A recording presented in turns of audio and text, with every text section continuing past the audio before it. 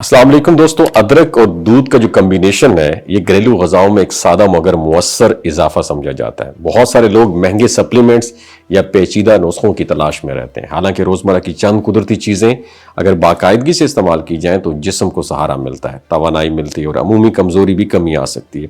यही वजह है कि अदरक और दूध को एक साथ इस्तेमाल करने का तरीका सेहत की देखभाल के मामूल में आसानी से शामिल किया जा सकता है। अदरक में कुदरती गर्म तासीर पाई जाती है जो ब्लड सर्कुलेशन को बेहतर बनाने में मदद देती है, जबकि दूध जिस्म को ग़िज़ाइयत और एनर्जी फराहम करता है। जब ये दोनों चीज़ें मुनासिब मिक़दार में ली जाएं तो जिस्म को भी सुकून मिलता है और चुस्ती भी महसूस होती है। ख़ासतौर पर वो अफराद जिन्हें जिस्म में स्टिफनेस, कमर या कंधों में दर्द, अमूमी कमज़ोरी की शिकायत रहती है, तो उनके लिए ये कम्बिनेशन मज़ीद जो है मददगार साबित हो सकता है। इस तरह हाजमे की कमज़ोरी, भारीपन या पेट के फूलने की कैफियत में भी ये मशरूब आराम दे सकता है, क्योंकि अदरक डाइजेस्टिव सिस्टम को एक्टिव बनाने में काफ़ी सपोर्टिव समझी जाती है। अब इस्तेमाल का तरीका क्या है?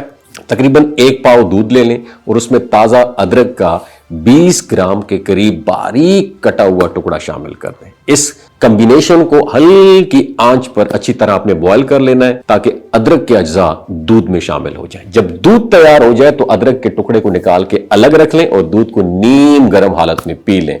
जो अदरक बच जाए उसे आपने वेस्ट नहीं करना, उसे बारीक काट कर नाश्ते के साथ रोटी या सालन में शामिल करके या सलाद पर छिड़क कर इस्तेमाल किया जा सकता है। इस तरह एक ही चीज से 2 तरह के फायदे हासिल किए जा सकते हैं। ये मामूली, और अगर इस जो मामूली चीज़ मैंने आपके साथ शेयर की, अगर रूटीन के साथ मुस्तकिल मिजाजी से अपनाया जाए तो जिस्म में हल्कापन और तवानाई का एहसास पैदा हो सकता है और अदरक की गर्म तासीर ठंड के असरात कम करने में मदद देती है, जबकि दूध जिस्म को ज़रूरी ग़िज़ाइयत फराहम कर सकता है। और कुछ अफराद को जोड़ों की स्टिफनेस या थकन के बाद जिस्म में सुस्ती महसूस होती है, उन्हें इससे रिलीफ मिल सकता है। इस तरह वो लोग जो दिन भर उमर साहब की तरह बैठे रहते हैं और जिस्मानी सरगर्मी कम करते हैं, तो उनके लिए ये सादा ग़िज़ाई सहारा भी बन सकता है। ताहम ये भी बहुत ज़रूरी है कि हर कुदरती चीज़ एक एतदाल के साथ इस्तेमाल कीजिए। अगर किसी को दूध से एलर्जी हो, मैदे में तेजाबियत ज़्यादा रहती हो, तो उसके लिए कोई खास तिबी मसला किसी को हो तो इस्तेमाल से पहले मैं समझता हूँ एहतियात बरतनी चाहिए।